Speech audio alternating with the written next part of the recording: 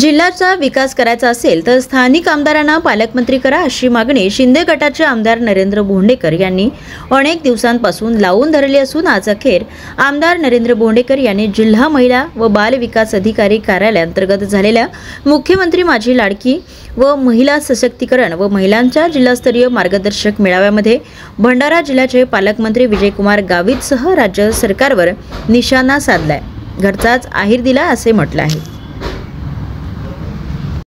तर महिलांची प्रगती झालेली आहे, खूप सारे विषय होते। आज या ठिकाणी काही कारणास्तव पालकमंत्री साहेब येऊ शकले नाही, आमच्याशी त्यांचं बोलणं झाला। मी दरवेळेस सांगत असतो की जिल्ह्याचा पालकमंत्री असायला पाहिजे रे बाबा, कारण हे असे छोट्या छोट्या गोष्टीसाठी प्रॉब्लेम होते, बरोबर आहे की नाही। तर नक्कीच आता आम्ही पालकमंत्री साहेब नाही आले तरी सांभाळून घेतो, पण भविष्यामध्ये आम्ही शिंदे सरकारना विनंती करून तुम्ही कोणालाही द्या, युतीमध्ये कोणालाही द्या, पण जिल्ह्याचा पालकमंत्री द्या, जेणेकरून आमचे छोटे छोटे खूप सारे आहेत, मग ते पुनर्वसनचे विषय असेल किंवा कुठलाही विषय असेल, पालकमंत्री जर जिल्ह्याचा असला तर जिल्हा अधिकाऱ्यांच्या माध्यमाने खूप सारे आपल्याला प्रश्न सोडवता येतात, निर्णय घेता येते।